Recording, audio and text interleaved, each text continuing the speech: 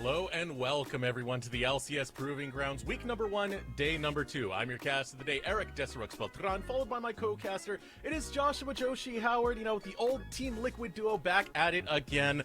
And LCS Proving Grounds, it's hot. We've had 3 tournaments to get here, and already it's throwing out some fire.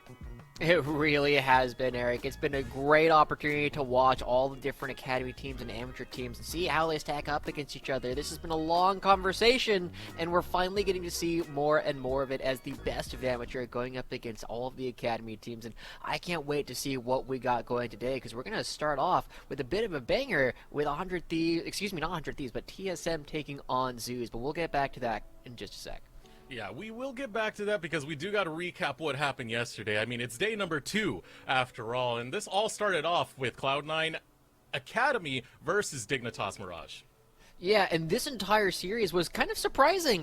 Dignitas Mirage was one of the lowest seeded teams coming into this tournament. They kind of struggled to get here, but they finally made it at the very end. And they were actually relatively close going up against Cloud9 with one major exception, Darshan. All these highlights, you're seeing him on your screen over and over and over again. Hey, maybe this is a rookie that some, LCS team will end up picking up at some point. Seems like he's doing quite well. Maybe. It was pretty much the Darshan show. He put up a great display, can't say much else, but, you got to give credit to Dignitas Mirage. They were able to get here, and they did put up a pretty good fight at the end of the day. They really did, and I'm just so excited, right? Because we just said Dignitas Mirage were one of the teams that barely scraped in at the end in the last chance qualifier, and they're taking it to the #1 seed, right? Meech obviously having a fantastic series, and we're starting to see a little bit more coming out from DNA as well, finding solo kills onto players like Copy. And of course, we had the double King show yesterday, right? You had C9 King, Dignitas Mirage King, and I just felt a little bit bad for Magical and Cage having to make sure they specified every single time, because I don't think I've ever had to do that. And this was the painful part right here for me, because this threw me back to the days where LCS had began. Darshan was infamous for doing those split push endings, but now moving on to the next game, FlyQuest Academy versus Evil Geniuses Academy. Yeah, El Contracto really showed up throughout this entire series. It wasn't the cleanest thing in the world, but it was very dominant at the end of it. Once EG realized they were ahead, they didn't really have a lot that was left in the tank for FlyQuest to try and turn it around. We saw a lot of these scaling compositions come through, a lot of individual plays allowing them to really have a super dominant opportunity to take it down. And I'm excited to see how both these teams are going to be playing. We saw Evil Geniuses Academy do a fantastic job over the past couple of tournaments, including Arena of Legends, and now they're going to see if they can continue this streak of dominance here at Proving Grounds. Yeah, the only shame about this is it's just Academy versus Academy. We've seen a lot of it. Of course, Evil Geniuses Prodigy did make it into this tournament, so who knows what we could shape up. Maybe Dignitas Mirage versus Dignitas, EGP versus EGA. We have some fun stuff, some fun scenarios that can unfold in the LCS Proving Grounds. Yeah, I can't wait to see all of this. It's such a cool change to the entire ecosystem, right? You get to see a lot of opportunities for these players to actually have an opportunity to play against each other, as well as some new names, some old names, and a fantastic opportunity for everybody at home to really get to see what we've been working on for the past several weeks. But we got a big schedule to go over as well, right? We start off today with Zeus versus TSM Academy, and then later on we're going to be finishing this part of the upper bracket with 100 Thieves Academy taking on CLG Academy. Yeah, and of course that first game has me unbelievably excited because UGP, we never got to see that matchup. They were always one matchup away from each other. So Zeus versus TSMA, one of the most established orgs in history versus an org named after a cat. That's sure to be a hot one, Joshi. It really is. One of these logos is not quite like the others, but we'll get to see how well it turns out. And I think a lot of people at home, if you haven't been watching the Academy and amateur scene, you might be surprised when we say that this isn't actually TSM favored. This has been something that Zeus is going to be looking quite strong in. But the other one, 100 Thieves Academy versus CLG Academy, is going to be a very different style of game. We're going to get a little bit more into it because we obviously have to pay attention to the fact that Zoo's TSM winner goes on to play Cloud9 Academy, the winner of 100 Thieves Academy, and CLG Academy will be going up against the Live Evil Geniuses Academy. I mean, the bottom side of the bracket just basically looks like Academy all over again, so a lot of hypeness there. Of course, 100 Thieves being one of those squads that kind of stay permanently locked in third place. We'll see if they're able to break that habit and continue to find some success here and there. Of course, going against the LG Academy, but we got to focus on the matchup today, Joshi. We got to focus on the one, well, they're both today. We got to focus on the one coming up right now, and that's going to be Zeus versus TSMA. And this is a hype one for me because, as I said earlier, these teams never met during the UGP, a tournament in which they both qualified for this tournament at. Yeah, it's going to be really interesting. TSM Academy actually only had to beat one team in their qualifiers in the Tier 1 tournaments in order to get to this tournament, right? They beat Winthrop University 2 times. They beat them 2-1 the first time and 2-0 the second time. And while the first one wasn't that convincing of a series, the second one was way more, but it still left them one series away from actually playing up against Zeus, who only lost to some of the top teams in that tournament that we were expecting to go all the way. And now, despite the fact that TSM is the Academy team, they've been kind of struggling to actually necessarily show what they're really made of. You have 3 players here that went to Worlds, and now they're going to be going up against a team that the only player you're likely to recognize Quite a few times now, quite the personality he does. But going back to that, right? Going back to TSMA, just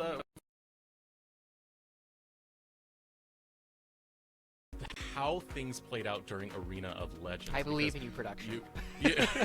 You were talking about it. They only beat Winthrop when it came to the UGP, but that is their only series win in a very, very long time. Arena of Legends, they could not find a victory against anyone. Dignitas A, Golden Guardians A, they both took down TSMA.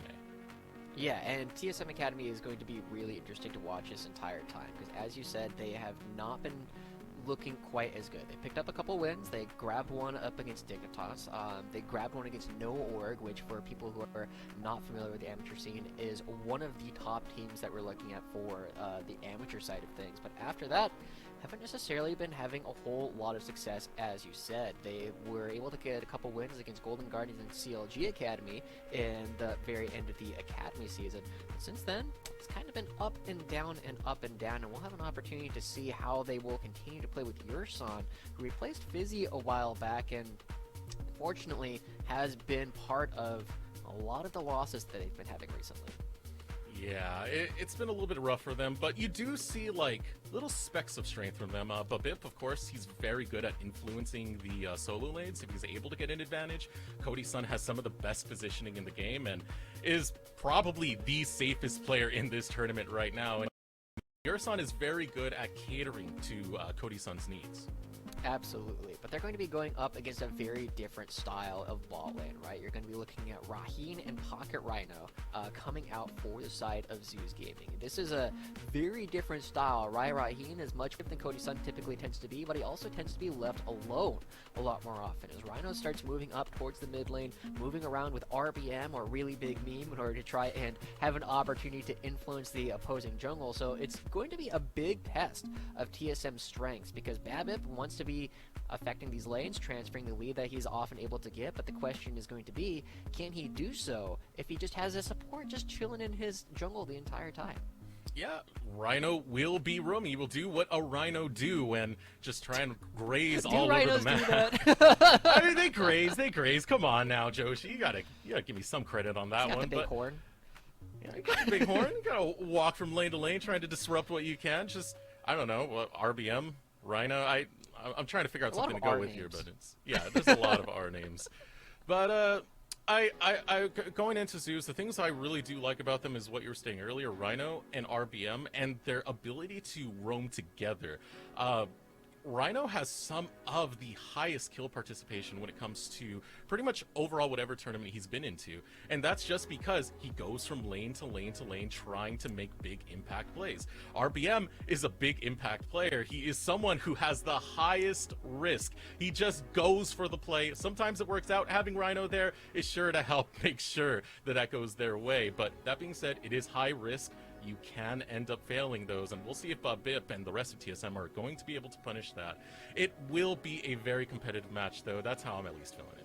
Yeah, and I think we spent a lot of time talking about Rhinos, but we kind of got to address the elephant in the room at this point, Eric. We got the top lane, which is potentially the biggest matchup that a lot of people are looking at in terms of names that they recognize, right? You have Haunter up in the top lane for TSM Academy going up against Alorum, who is somehow still finding a lot of time to play despite all the time he's been spending on the LCS desk. And he's able to make it to Proving Grounds as well to try and find a way back onto a team potentially. But this is one of those interesting spots where we are looking at TSM Academy and Haunter, who has historically been one of the best top lanes in North America, going up against Alorum, who is kind of like this stone wall, right? He's not necessarily going to win his lane, but he sure as hell isn't going to let you win it. Yeah, and that whole thing with Haunter, I mean, he's performed very, very well in numerous tournaments for sure, especially in the past. But going against Alorum is someone who loves counterpick. Haunter doesn't really care for it. He kind of settles it for his team. And speaking about draft, we are going to head into draft right now between these two rosters. TSMA taking it onto the blue side, while Zeus Gaming will be on the red side. Bans already rapid fire. Urgot, Senna, Thresh, Udyr, Twisted Fate, and Kaisa all taken off the map. All right, I gotta say it. I gotta get it out of the way, Eric. The fact that we haven't seen Seraphine picked or banned, and we are now halfway through the draft, frustrating a lot, right? This champion is still really, really strong. That said, TSM Academy, you said that they weren't necessarily going to be looking for counterpick, and they don't need to when you're just going to be going for Renekton Nidalee up in the top half of the map. This is something where Babip says, I want to transfer the lead that I'm going to be getting into the jungle, specifically to Haunter, over and over and over again, and potentially push Alorum back away. He's already got the Urgot been banned away, so he's not going to have that safety and guaranteed usefulness, but he has a lot of other things that he likes to play.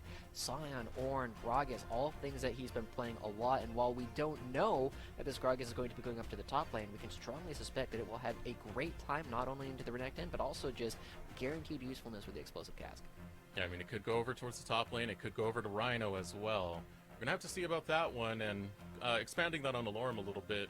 The champions he does play, even if he does get counter-picked out, even if this ends up being a hard lane to be to play through, going against Haunter and Babip, who will definitely be camping that side, Alorum will still play champions that just have inherently good kits that provide something for the team fight nonetheless. So he's not going to be completely out of this if he does get one of those lanes that are just looking to give him a famine, but it could be a very tough one as we do head into the second phase of the draft. Lucian taken away, as well as Azir, and yeah, we've seen Dark Wings on the Azir. He does like to play quite a bit. So does Sword.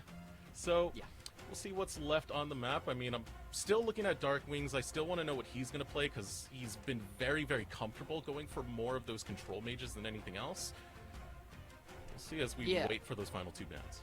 I mean, as we take a stock of what both teams have already picked so far, we can kind of identify like what they need, right? TSM Academy need a lot of damage.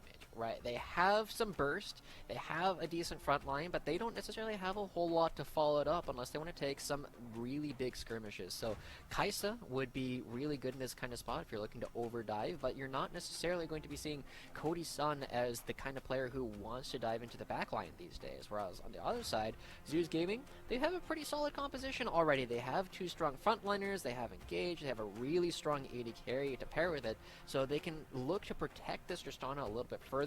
With, there we go, the Sion coming through for Alorum means that it's going to be very strong. They have three big beefy dudes to stand in front of Tristana, and that just means that the only thing that they're missing at this point, maybe one of these control mages that Dark Wings love to play. Yeah, gonna see if they choose to go for that control mage, and I mean, that's pretty much the only thing you have really left to your name. I love the beefy front line, that's for sure. Looking over at TSM's side, I do like the early skirmish that they have. They have a lot of ability to get control very early on in this game, and Jinx is going to bring that late game scaling. She's very hard to catch once she starts getting excited, but one more pick to go through, just hovering that Aatrox, and interesting if they do go for this, because it might be in a little bit of a swap with that Renekton. Yeah, it's surprising to see coming out. Obviously, Aatrox Sion, one of these classic matchups that we used to see all the time a couple of years back. But the thing about this composition is that it doesn't have a whole lot of burst necessarily against relevant targets. Nidalee can burst out anybody in the back line, but going up against Hecarim, Gragas, and Sion, you really, really want to try and find this first kill, right? Tristana is better than Jinx. Before Jinx gets excited, you have a lot more opportunity to just get your damage out up front, whereas Jinx really, really needs that first kill, get that assist, and becomes the best AD carry in the game. But I'm worried that they're not going to have enough upfront damage to start it off in order to get Cody's Sun off the ground, whereas Zeus Gaming able to just stonewall out any of this damage. Sword has a lot of pressure on him in order to find these really big ultimates and provide threat to Darkwings and Raheen, and I'm not 100% sure that TSM Academy is going to be able to do that. And looking at the overall composition of Zeus, it's great. It works at many stages of the game. Hecarim, RBM, he loves the Hecarim and can do early damage with it, but once we start getting towards the team fight, all you need is one good shockwave and to protect the Tristana, and that could be the end of the game right there. However, on TSM Academy's side, it feels like it's just harder to execute. You were talking about the upfront damage not really being there, but the execution really requires like quite a bit of setup. You require Nidalee Spears to start finding their marks, as well as Zaps, Yursan to be able to get that Rel ultimate in. There's a lot of conditional things for TSMA, and it does give me a little bit of worry, but that being said, I still will double down on that statement I said earlier. They do have a pretty flexible early game to try and get that gold lead so they don't suffer too much. Yeah, this is something that I like about TSM Academy's draft, right? It's a little bit harder to execute, but they're saying that, one, they have the confidence to do it, and two, they're going to be really strong when both Orianna and Tristana are not, right? Both these champions have historically struggled to be relevant on the 1 to 2 item mark, right? They're not going to be doing as much damage.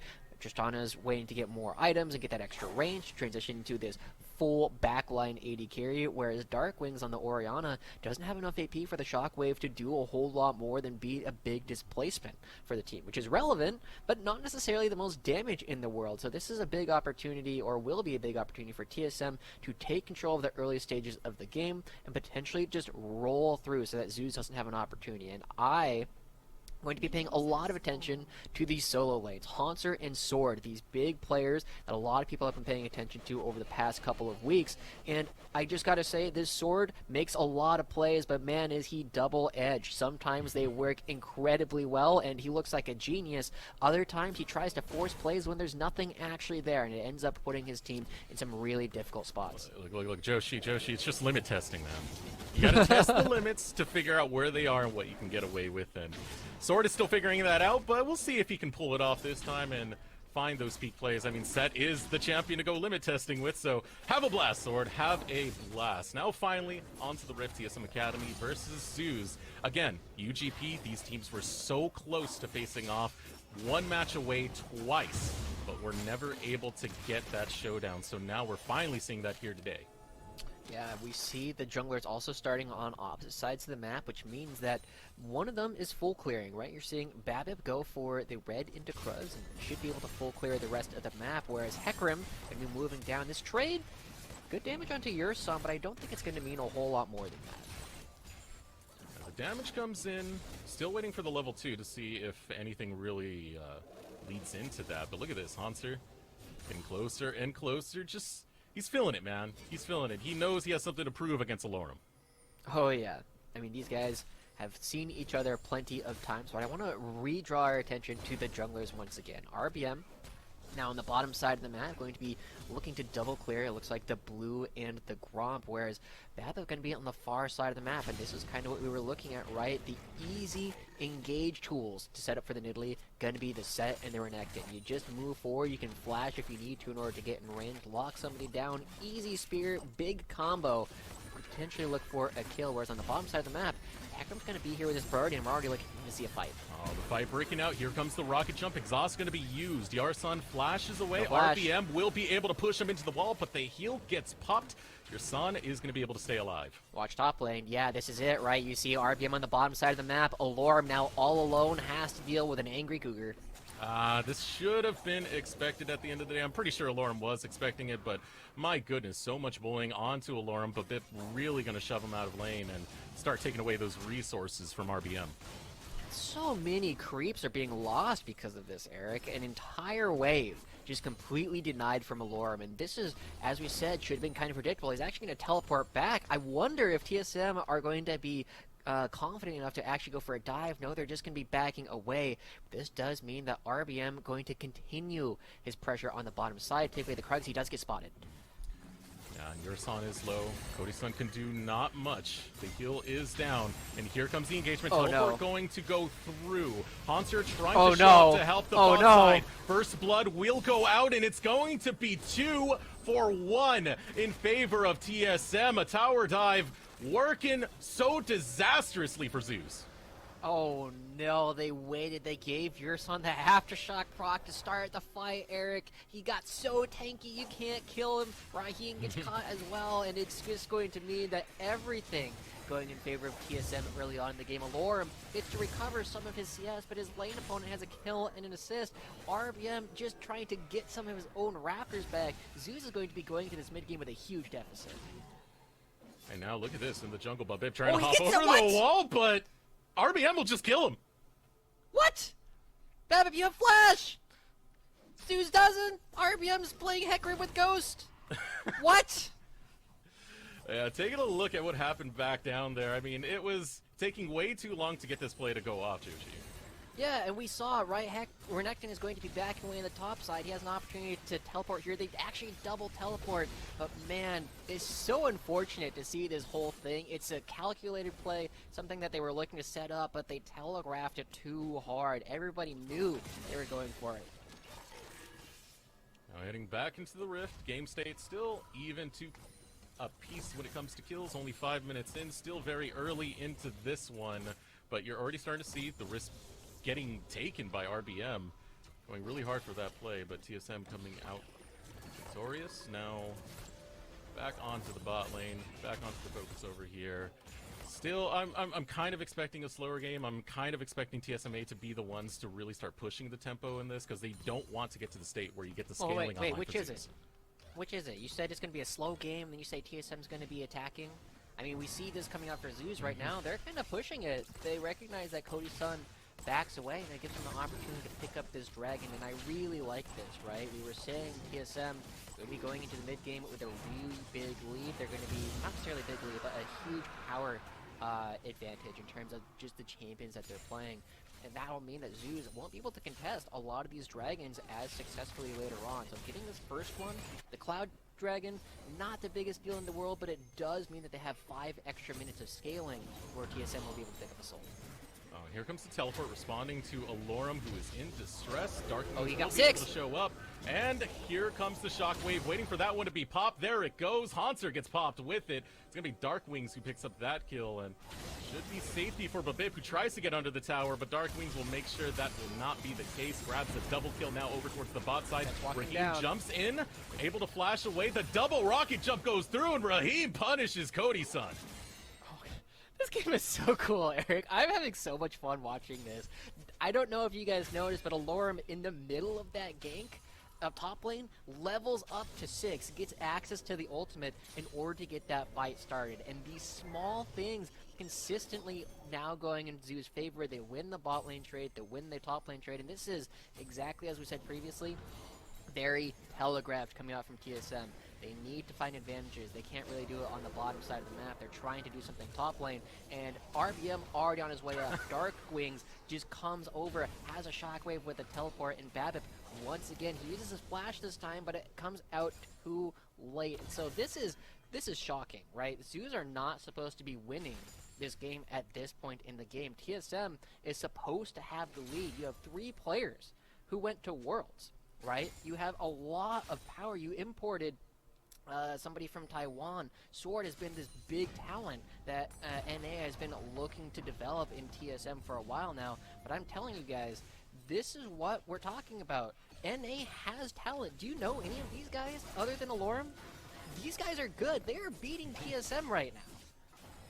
Yeah, and they are the ones pushing the momentum when TSM should be the ones to do that instead. And now TSM are trying to find themselves some advantages and find that momentum on their own hands as they try and set up a tower dive towards the spot side, but they do see that RBM is in the area collecting his blue. Yeah, again, very telegraphed. They walk over multiple wards on the way, and it just means that Zeus is able to play to prevent TSM from doing anything for a little while. And they're kind of like, oh, they're just going in. Yurson looking to find the engagement. Raheem, rocket jumps out, and Rhino trying to find his way out as well. Nice dodge. Sidestep twice. Rhino will survive. RBM looking to come in. There is the onslaught of shadows going straight for Yurson. The heal comes out once again. Yurson's able to stay alive.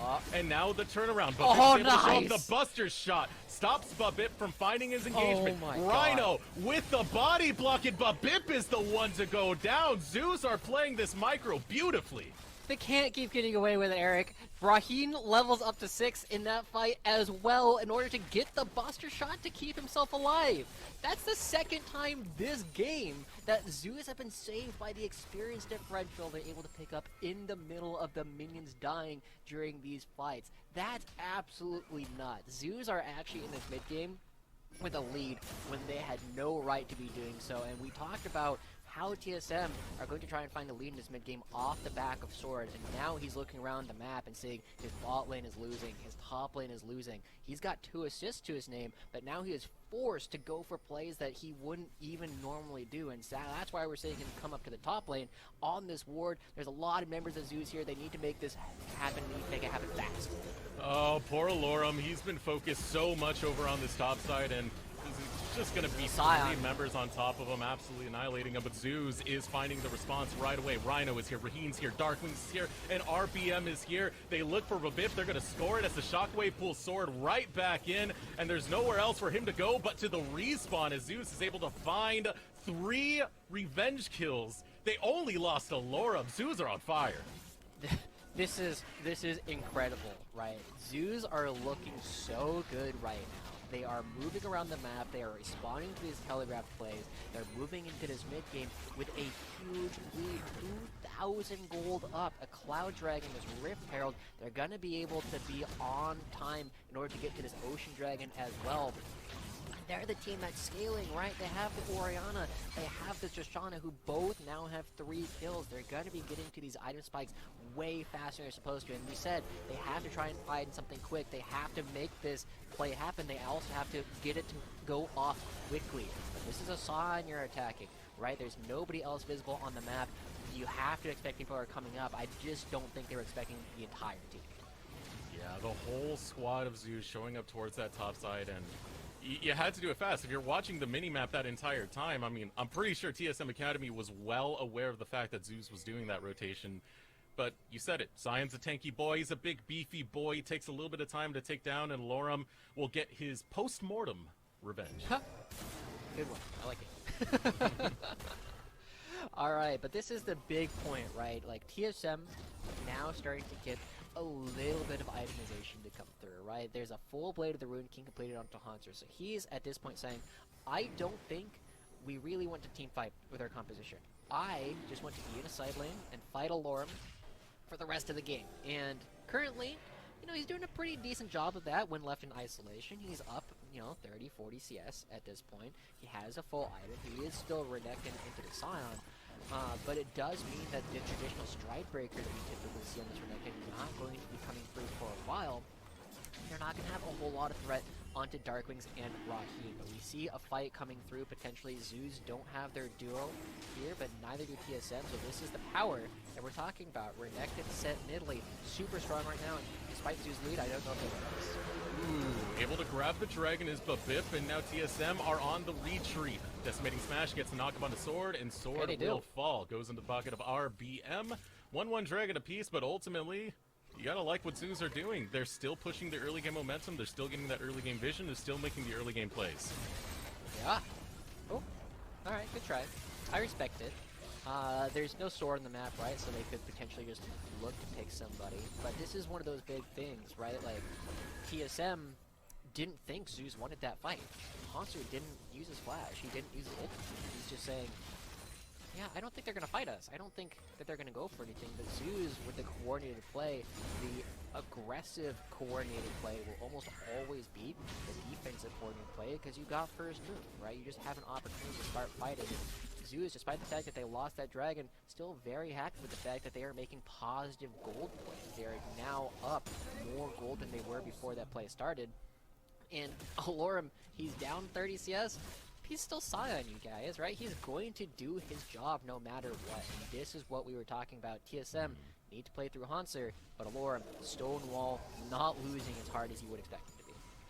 I'll be honest, Yoshi. I was expecting a little bit of a stall from the side of Zeus while they dealt with the early game of TSM, but completely eating my words now. This is going fast. Zeus are putting the pedal to the metal as they set up towards the mid lane, looking to continue their sieges, looking to continue their pressure. Yeah. Now the question will kind of be, where did they go next, right? Because they aren't super good at sieging. TSM is not good at sieging, basically, at all with their composition. But Zeus doesn't necessarily have the range on Tristanagers quite yet at only level 9 to safely hit a lot of these structures against the Urasan agents. He has the flash up, he has the ultimate up. He can just look to dive into the backline and get these chaotic fights started relatively quickly. So I think this might be that opportunity that you were talking about from Zeus, where they just kind of wait, right? Like, make plays if you can. If you can manufacture a situation which you're diving 4-on-2, go for it, but otherwise, like, you aren't pressured to do anything for a while. But they'll still try and do it. Zeus. They'll do it. It's RBM after all. And this is where it might happen. Just setting down some control wards. Rhino really thinking about that body slam, but not willing to go for it as the spear comes over the wall. It's going to give enough time for Raheem to get some damage in. An attempted engage coming out of Yersan, but he's by his lonesome. He's not able to do too much with the time he bought, but it does buy enough time for Sword to jump in, use the showstopper. Explosive cast goes out. Now the focus is Sword, but RBM is too afraid of Hanser, and Hanser is showing why. RBM just flees with his tail between his legs. The shockwave is going to whiff, and somehow, some way, no one has gone down, Joshi. This is what we were talking about, though, right? Urasan has the opportunity to flash ultimate, potentially get on top of Raheem, get this chaotic fight, and Zeus played it so well. They dodged out from almost all of the skill shots, and the only thing that made it a little bit questionable was RBM going back in. But this is what we were saying, like, TSM have to try and make these plays. They don't get stronger than they really are right now. Yeah, Jinx is going to scale, but as we already identified, if you can't get that first kill, if you don't get excited, you're not going to be as powerful. The Darkwings might be caught. He has his flash. Yersan coming up towards the top side. Darkwings will not be cut. He'll be able to just slyly slip away, but you can see the intention coming out of TSM. They want to set up the dive. They want to take out Darkwings. You do have some backup coming in the form of RBM. Is it going to be enough to take down this tower for TSM, Darkwings, though? Answer's going to be yes. Darkwings caught out of position, decides to go back in, and obviously going to pay for it as Sword picks up that kill. Yeah, you got to be careful about that, right? You look in the mid lane, Tristana is only fighting up against Cody's son. Alorem's calling out, it's like, hey, I'm uncontested. There is nobody here. Good gale force from Cody's son keeps him alive, but Darkwings didn't need to walk up there. It ends up getting a big trade. You end up losing 2 top lane turrets here. So you get 1 in the mid lane, you get 1 in the bottom lane, and importantly, you also have a good tempo spot for this dragon. People can get a good back end. They will be on pace in order to get here for the dragon, and this might be the make or break point for TSM. Again, they don't get stronger than they are right now. They potentially want to take a fight around this dragon, but instead, BABIP is going to opt to try and pick up this Herald, potentially, and he might even get stopped from doing that. Yeah, I was expecting Zeus to make a rotation towards the Drake. I mean, you got 15 seconds till that spawns, but they put down the Scrying Orb. They saw that BABIP was there, and really, they're just trying to make sure that TSM get choked out from any possible gold income 5 seconds before Mountain Drake does spawn, and Zeus are in the right position to be able to claim that. Yeah, they're here first. They have good vision. They are controlling the chokes. Nidalee is on a back. This is just a free dragon coming out from Zeus. And again, the dragons, not necessarily individually important, but making sure that getting this puts you 1 closer to soul point, and 2, keeps your opponents farther away from the soul lane. No, don't. Okay, thank you. Thank you, Rhino. Thank you. That's what you do. You can't outsmite Jinx Rocket, so what do? You just don't let it get to the dragon. That's what we like to see. Pro teams aren't doing this, but Zeus is able to. And this is another thing I like that Zeus. Actually, gotta hold that thought, because might go for engage now. Pocket Rhino's just gonna peek around, throw a couple of barrels, but be in no immediate danger. The thing I did like about Zeus about that play was they stopped BABIP before they went for Drake, and they denied vision to the entire river. Oh, Hanser. Now, looking for this play over on the bot side.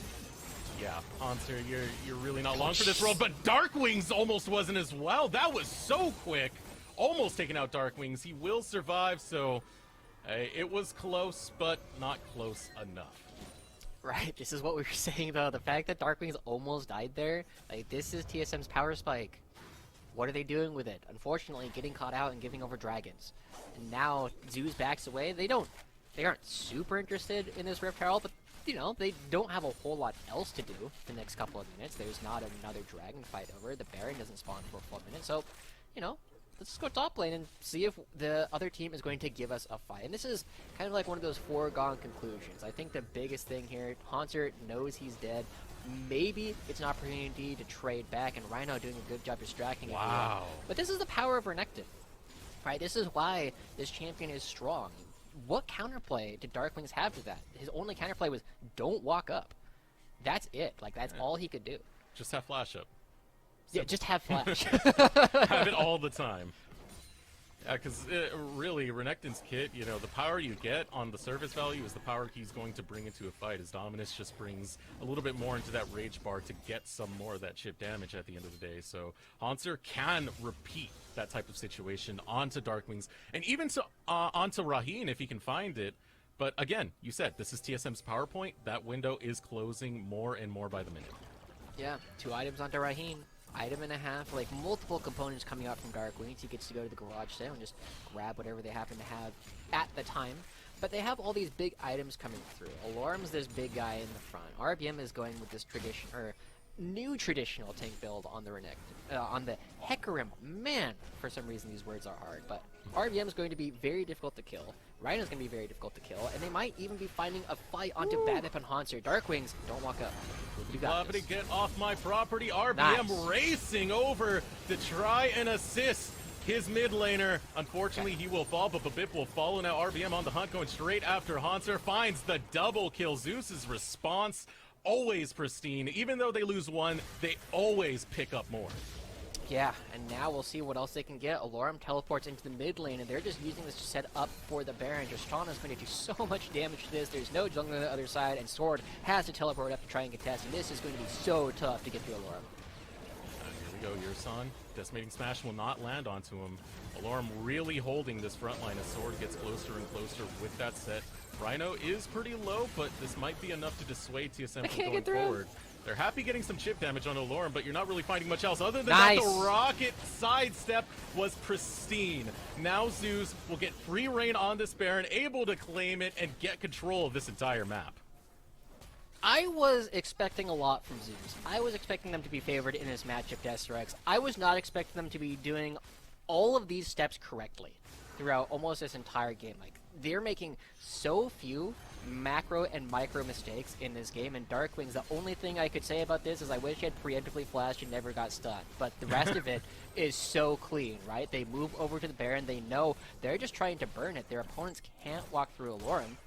They can't try and get through the Scion. They just let the Tristana free hit it the entire time, and if they ever come close, then Rhino can start to look at this potential fight. And this entire time, they are continuing to scale up. They have control of these objectives. They're not letting Jinx Rocket get anywhere close to stealing. Now they're setting up for the other Mountain Dragon, and it's going to make their front line so incredibly tanky that they are going to be basically untouched. And now, Haunter and Babip trying to do something. This is a very tanky side. Yeah, I don't know how I feel about this play. Still looking to go for it. You're giving up a lot on the other side of the map, and Alorum will still get away, able to just run on out of that engagement, and, well, you're in prime position if you're Zeus for that Drake, so TSM are getting nothing. Getting nothing at all. There's not even a second turret there to take, right? This is normally like, alright, we're going to trade this turret for this dragon, but at this point, Haunter would have to try and extend for the inhibitor turret. That is too dangerous. You don't have vision control. You don't actually know how many people are going to be hitting this dragon. So Haunter can't go for that. And Alorum continuing to just be the stone wall. As we said, he's not winning, but he's making sure that you don't win. And that's all you need for a team that is having so much success on the rest of the map. Yeah, I love Rhino's positioning right there. He always checks where Cody-san is, and he stands in the path of where a Super Mega Death Rocket would come out, just to make sure he denies it. Yeah. Doing all these small steps right. Raheen going to be getting to Lord Dom soon. Alorum potentially under some threat, but if they show here, they lose inhibitor. Like, if Alorum sees them, inhibitor dies. Okay, good. They're backing away. Definitely not worth. They lose the tower in the mid lane. Now Zoos are going to rotate towards the bot side to continue claiming towers. But TSM sending Sword out quite a bit towards that mid side, all meanwhile. Yeah. Starting to see another structure go down. Alarm goes to the mid lane. This is pretty clean, and something that, I don't normally talk about items a lot, but something that is really interesting to me is the fact that Rhino has an Imperial Mandate on this Ruckus, right? He recognizes, one, he doesn't need to necessarily be as tanky. His W provides so much defensive stats. Like, it goes up to, I think it's like 12% damage reduction. So he's got a ton of effective armor and MR. He just wants to create a little bit of extra damage, right? He wants to make sure everybody else is having as much opportunity to do damage as they can. And his Imperial Mandate is just going to mean that anybody who walks in gets tagged by that Q, and this big front line that TSM has suddenly going to be taking a ton of extra damage from everybody else on the team. Taking a look at the state of the game, we're almost at 25 minutes, and it's a strong lead for Zeus as they have about 6k separating them from TSM. One more Drake away from being able to get that Dragon Soul, and look at the control over the map. They got wards going all over the place, deep control wards as well, so really scouting out where TSM are to be able to clean this up. Yeah, we'll see. I think we are getting close to the point, Eric, where we need to start talking about Game 2. Zeus, strong scaling team. They've been playing well so far. They have a lead. They're one dragon away from picking up the Mountain Soul. And the Mountain Soul is nice, but the big thing is the fact that they have grabbed 3 Mountain Dragons, which gives them a ton of extra resistances, and it even makes Tristana relatively tanky. But at this point, the question is going to be, like, TSM needs to play very well, and they also need a mistake from their opponents. And Rhino, now just moving over to the opposite side of the map, and it becomes difficult because there's not a lot of wave clear for them to even defend against the fact that Raheen now auto-attacking from a significant range. Now, only one more outer turret remains, inner turret, excuse me, and Zeus are going to be able to take that with no problem whatsoever. Now you got to start to ask yourself, like, how does TSM find a way back in this? And they found it before, and it's usually off of Cody's son and his ability to position well. If he can finish up that Zill item and start getting those kills, get excited, that's when we could possibly start to see circumstances work well for Cody's son. But we run into that issue we talked about in Champ Select as well. They just don't have enough damage to really get that first kill going for Cody's son. I wonder if your son probably had a stack there, because he just like denied Cody's son a cannon minion. But anyway, yeah, like this Jinx still has win conditions. If you find this first kill and get excited, suddenly Jinx is the best AD carry in terms of damage per second in the game. But you gotta get that first kill. And it's so hard to kill any of these guys. Like, maybe as bad as it feels, you just say, guys, kill Gragas. He has an Imperial Mandate. He is not as tanky as he could be. He's not doing as much damage himself as we might be expecting him to. And then we'll get Jinx excited, and she can carry this team fight, right? Everybody else just create space for me. But I don't know if that's the kind of thing that TSM would normally do. I'd also suggest like looking for flanks, but they're kind of getting caught out now. Yeah, speaking of flanks, here comes one from Rhino. Gets caught out by the charge, the smash, the body slam, everything. The kitchen sink just throwing at Onser. Rhino will grab that kill. Yeah, 3 members down here. Doesn't even matter because they find the kill. TSM cannot even think about going for this Baron, but Zeus, now that they have Haunter dead for another 30 seconds, can look to do it. Alarm continuing to create pressure in the opposite side of the map. And one other thing that we haven't really identified and we never really talked about, Eric, is the fact that TSM have one magic damage threat, and it is Nidalee. And that Nidalee is 1 in 5 with 1 item at the 28-minute mark. You don't do a whole lot of damage to this front line with magic damage. Like, look at all the armor, too. You try and bring that magic damage, and there's not much there. You try and bring the physical damage, and still not much there. A lot of struggling for TSMA, and look at this. They're starting up the Baron. They're going to be the ones to try and make the power play here. I mean, down 2 members is Zeus. Teleport coming in from Haunster, so it's going to be 5 members strong. Will TSM be able to grab this? There comes the explosive casket, pushes Haunter all the way back. Now 2 members of Zeus are making their way to this fight. Already 1 down for TSM. Here comes the dinner bell, able to land flush onto Sword, decimating smash, knocking him into the air. It's going to be another kill picked up for Zeus, as RBN just kind of wiggling all out there, but he will find the kill on Babib nonetheless. I guess style points, you can dance around with that fast on the Hecarim. Zeus, they got 3 down. They're going to look to close this out. Yeah, remember these names, guys. Alorum, RBM, Darkwings, Raheen, and Rhino just took down TSM Academy. One of these teams has multiple players that have had a ton of success. NA has talent, and we're seeing it on display right now. We'll see if TSM can do anything to stop this game. Here comes Cody Sun trying his darndest. Decimating smash goes out. He gets knocked up. There's the shockwave. Cody Sun is trying to avoid death number 2, but look at the Nexus. It is completely exposed, and Zeus very happily and handily take this game number 1, but they want to take a couple more lives. Cody Sun's getting excited, but now that excitement's completely killed, and so is the Nexus. 29.5-minute victory coming out for Zeus. We said it was going to be favorite, but I didn't expect it to be going like this. I was expecting a much closer game, especially in the early mid-game. But Zeus move around the map beautifully. They have all their steps correct. They block Jinx rockets. They move in ways that they can find success. And the only thing that we can really say about this team is that they made a couple micro mistakes during some of these dives and some of their fights up against Renekton that put some parts of it at risk. But so far, just like, these guys are so good. I was like, at the beginning of the season, I was not expecting that, but at this point, they have made me a believer.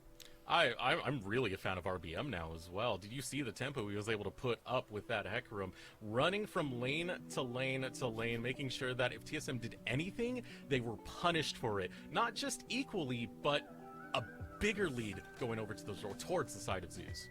Yeah, I'm excited to see what else this team has in store, because remember, that's only game 1, Eric. We still have a lot more League of Legends to play. We have a whole nother game, and TSM Academy need to think about what they want to do, because we saw that for a lot of it, they tried to make some plays up towards the top lane, but it's hard to do that up against players like Alorum, right? He's just going to play this big tank. He's not going to let you find these big leads, and maybe the answer is you got to attack him earlier. You just got to start killing him at the very beginning of the game, because by the time I started diving him, it's like, well, now I have time to rotate my entire team up and make sure that he doesn't actually give up anything.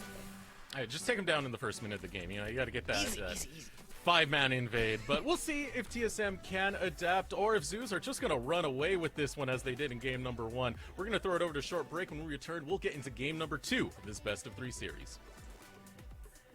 Verizon believes everyone deserves the best. That's why we start with 5G from America's most reliable network. Verizon 5G is next level. Then give families plans to mix and match, so you only pay for what you need starting at $35. You get so much more than this, a great network. And offer the best in entertainment on select unlimited plans, like Disney+, Hulu, and ESPN+, as well as Discovery+, with a Galaxy S21 Plus 5G when you buy one. There's no reason to settle for less than the best. Only from Verizon.